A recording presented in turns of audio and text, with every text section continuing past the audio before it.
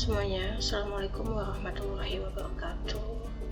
Para perwira siswa Nautika kelas 4 dimanapun berada, berjumpa lagi dengan saya Ibu Niken di pertemuan kedua untuk Leadership and Teamwork at Sea. Baik Bapak Ibu, kita mulai video conference saya.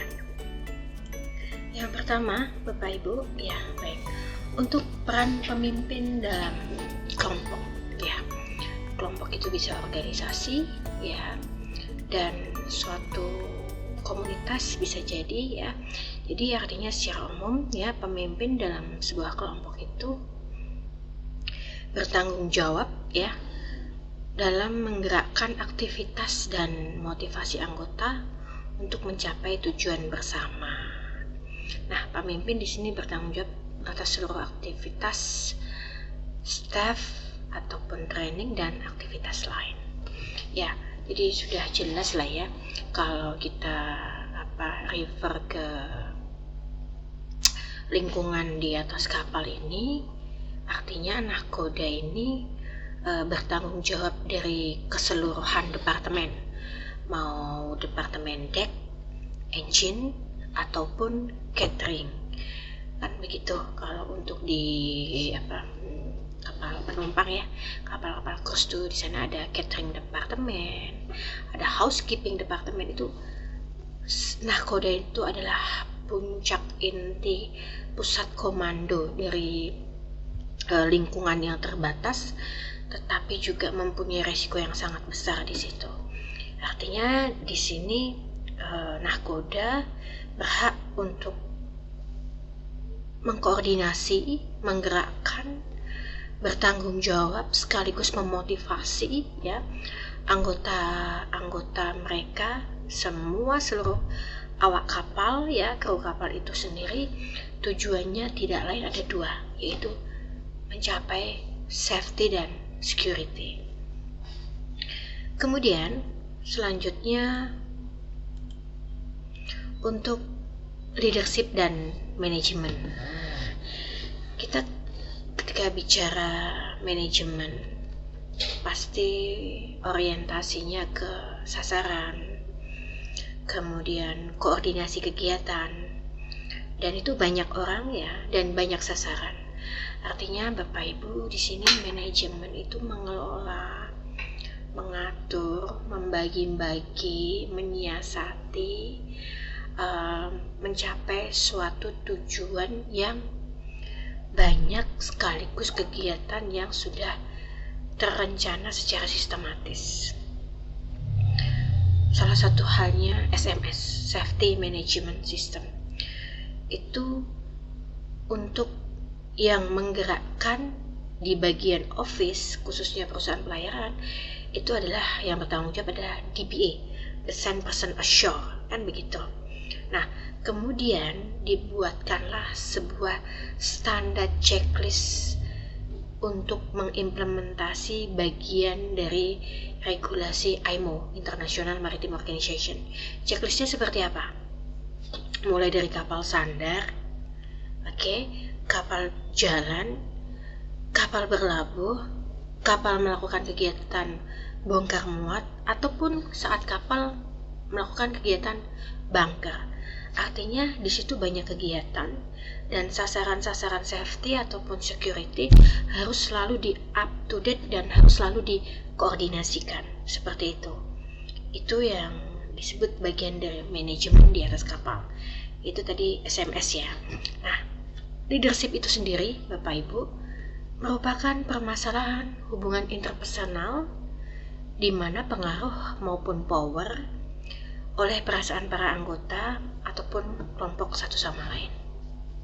Artinya begini, ya, hubungan dari Anda dengan saya ataupun dalam sebuah kelas ataupun dari nahkoda ini itu sendiri ke masing-masing deck departemen, engine, kemudian housekeeping dan sebagainya, itu mereka nahkoda ini mempunyai peran penting untuk mempengaruhi awak kapal agar tetap selalu disiplin, agar tetap selalu semangat, agar tetap selalu bertanggung jawab. Nah, artinya di sini sebuah kekuatan untuk mempengaruhi ya, anggota-anggotanya atau awak kapal itu semua harus dibutuhkan hubungan yang harmonis, harus dibutuhkan hubungan yang damai, kekeluargaan, cinta kasih. Ya paling tidak di atas kapal itu seperti keluarga sendiri. Artinya ketika bawahan diperintahkan kepada atasan, itu mereka akan selalu responsif, akan selalu respect, bahkan akan memberikan yang terbaik daripada yang diharapkan. Harapannya seperti itu.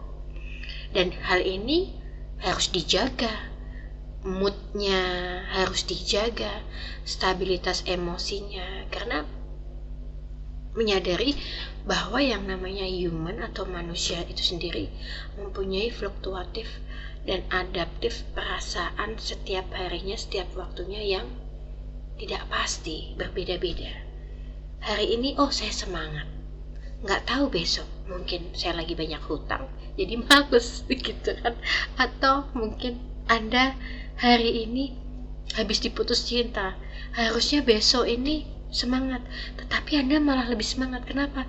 Karena itu bagian dari bagian dari yang harus saya hadapi agar saya tidak memikirkan sebuah percintaan, saya memikirkan masa depan. Nah, hal-hal seperti itu bagaimana cara mensiasati personal pribadinya sendiri yang harus dipertanggungjawabkan dalam sebuah pekerjaan yang memang bisa dipertanggungjawabkan, seperti itu. Itu misal ya Bapak Ibu ya.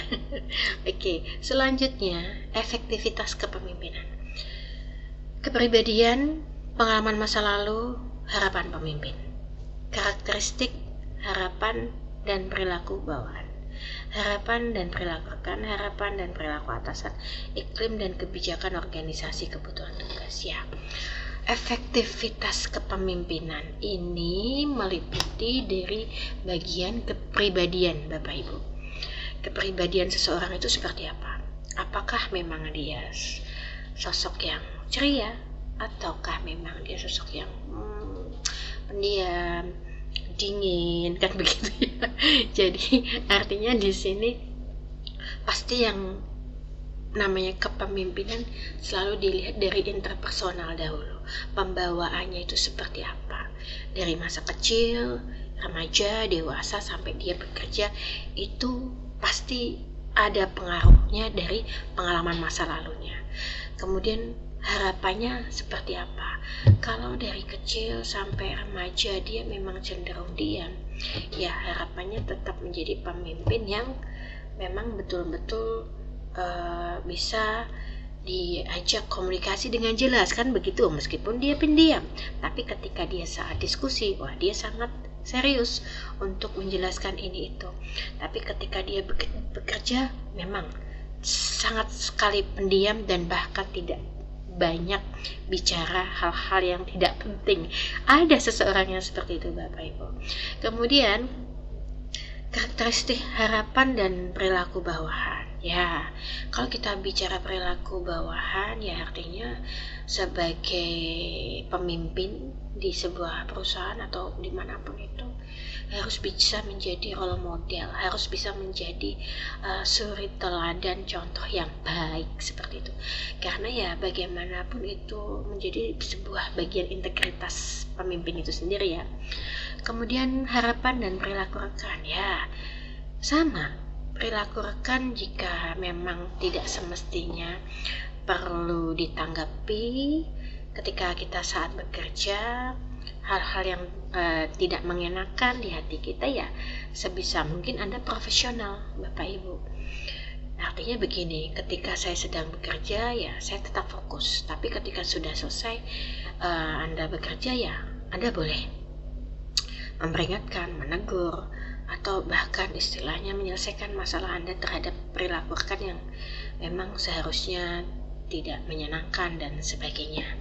Nah, ketika kita bicara perilaku rekan, kita juga pasti bicara perilaku atasan, karena sekali lagi atasan, leader itu adalah role model yang utama Bapak Ibu. Ketika saya bisa bicara seperti ini, ya harapannya siswa-siswa PASIS ini kepada saya bisa saling menghormati, kan begitu, bisa saling nyaman, bisa saling menghargai, bisa saling mensupport satu sama lain. Karena mungkin contoh perilaku saya sedikit tidak baik atau bermalas-malasan atau mungkin tidak menyenangkan terhadap siswa, saya pastikan siswa tidak akan respect dengan saya, apalagi menghargai saya, kan seperti itu, sudah jelas ya sebab dan akibat itu. Nah, kemudian iklim dan kebijakan organisasi, kebutuhan tugas. Nah, yang dinamakan iklim pasti artinya di sini tidak menentu ya, sama halnya cuaca. Ada hujan, ada panas, ataupun ketika ada salju datang. Nah, ini yang dimaksud dengan iklim nih, kita harus bisa menjaga stabilitas emosional kita di saat benar-benar menjalankan tugas. Artinya ada sebuah kebijakan-kebijakan organisasi yang dimana saya berikan contoh mungkin ya, Anda pulang dari office ya, office selesai jam operasional itu jam 5 ya, jam 5, lalu di situ ada kebijakan organisasi atau kebijakan perusahaan itu bahwa jika belum jam 5 Anda tidak boleh absen pulang, apalagi tugas belum selesai. Tetapi sebaliknya, jam 4:30 Anda tugas sudah selesai, apakah Anda juga akan harus pulang 4:30 padahal selesai operasional kerja jam 5? Ya, paling tidak Anda menyesuaikan keadaan kantor pada saat itu. Mungkin ada temannya atau rekan kerjanya yang mengalami kesulitan, Anda bantu dahulu sembari melihat sampai jam 5 Anda baru bisa pulang, ataupun sedikit adanya obrolan yang menghangatkan personal atau keakraban satu sama lain antara tim kerja, itu juga bagus. Jadi artinya di sini Anda tidak hitung-hitungan waktu, tapi Anda mempunyai loyalitas dalam sebuah pekerjaan itu sendiri. Nah, seperti itu Bapak Ibu. Oke, selanjutnya kemudian gaya pendekatan kepemimpinan. Baik, di sini ada 4.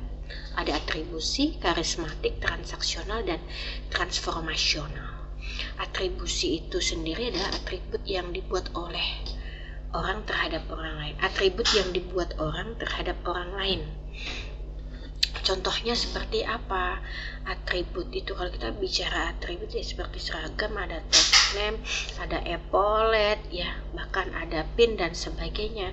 Artinya di sini atribut ini ketika Anda menjadi sebuah manajer di sebuah perusahaan atau nakoda, ya pastikan Anda bisa, satu, atributnya harus bisa komunikasi dengan jelas.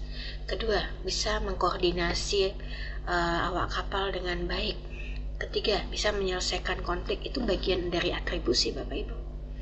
Oke, yang kedua, karismatik. Atribut heroik dari pengamatan tertentu, menonjolkan diri yakin dan dinamis. Saya berikan contoh adalah Presiden Insinyur Soekarno. Tidak usah jauh-jauh, ketika beliau membacakan sebuah naskah proklamasi, hanya membaca saja, kita tidak melihat orangnya, dengan mendengar saja itu akan terlihat suara yang berkarisma, suara yang mempunyai intonasi yang memang betul-betul meyakinkan pendengarnya untuk mengikuti perintahnya, kan seperti itu. Apalagi ketika sudah melihat beliau dengan wajahnya berbicara, kemudian dengan intonasi yang menggebu-gebu, penuh semangat dan meyakinkan, itu adalah bagian dari gaya kepemimpinan yang karismatik, seperti itu. Transaksional, memandu dengan memperjelas peran dan menentukan tugas. Oke. Kembali lagi, saya ambil contoh ketua kelas. Ketua kelas memperjelas tugasnya bendahara, tugasnya sekretaris, tugasnya tim sukses kelulusan, apa. kemudian tugasnya apa-apa, atau mungkin mualim 1 saat ingin latihan safety drill mengumpulkan dulu di master station dari EBI, koki, mualim, engineer dikumpulkan, ditanya apa tugas Anda sesuai master list ketika kebakaran, kandas, collision dan sebagainya. Jadi diperjelas kembali tugasnya dan memandu apa-apa saja secara sistematis ketika kita nanti adanya terjadi kebakaran, terjadi terumpukan, kandas dan sebagainya. Nah, itu bagian dari gaya pendekatan transaksional. Kemudian yang keempat, transformasional. Pertimbangan dan rangsangan intelektual individual. Artinya begini, ketika kita bicara semangat kerja sebuah anggota di perusahaan ataupun di kapal ataupun dimanapun itu, kita harus memberikan sebuah reward, kita harus memberikan sebuah target untuk tetap menjaga stabilitas semangat para pekerja ini. Ya, rangsangannya apa? Diberikan reward. Rangsangannya apa? Oh, kita mempunyai target sekian yang harus jauh lebih baik dari tahun lalu. Tahun lalu kita presentasi untuk bisa safety ini di atas 70%. Tahun ini harus 80% dan di situ harus ada reward dan sebagainya. Nah, sehingga meningkatkan semangat dari awak kapal juga sekaligus adanya pertimbangan-pertimbangan yang harusnya nanti apa-apa saja yang dicapai yang sebelumnya belum pernah, seperti itu Bapak Ibu. Itu 4 dari gaya pendekatan kepemimpinan. Selanjutnya di sini adalah salah satu contoh dari master order. Ya, master order ini membuat perintah tertulis dari manajemen yang mendasar. Kalau di atas kapal itu nanti Anda akan temukan ya, master standing order ini ada di anjungan. Ini adalah perintah sifat yang tetap, khususnya saat dinas jaga di laut, bongkar muat, ataupun berlabuh. Apa-apa saja tugasnya perwira, apa-apa saja tugasnya masinis, seperti itu. Nah, untuk master neck order adalah perintah tertulis tambahan di suatu tempat yang khusus. Contoh, Anda melewati area pirate, khususnya di Selat Malaka jam 23.00. Jam 21.00 nahkoda naik memberikan catatan ABCD. Salah satunya harus ditambahkan extra watch officer, ditambahkan standby senjata tajam, ditambahkan standby kru yang berada di haluan kah, buritan kah, dan harusnya ada tambahan teropong dan aldis. Saya rasa untuk pertemuan yang kedua ya, saya rasa di sini dulu. Jika ada pertanyaan boleh diskusi by e-training ataupun Zoom nanti dengan saya akan buka diskusi. Jika tidak, sampai ketemu lagi di pertemuan ketiga. Saya ucapkan terima kasih. Saya akhiri. Wassalamualaikum warahmatullahi wabarakatuh.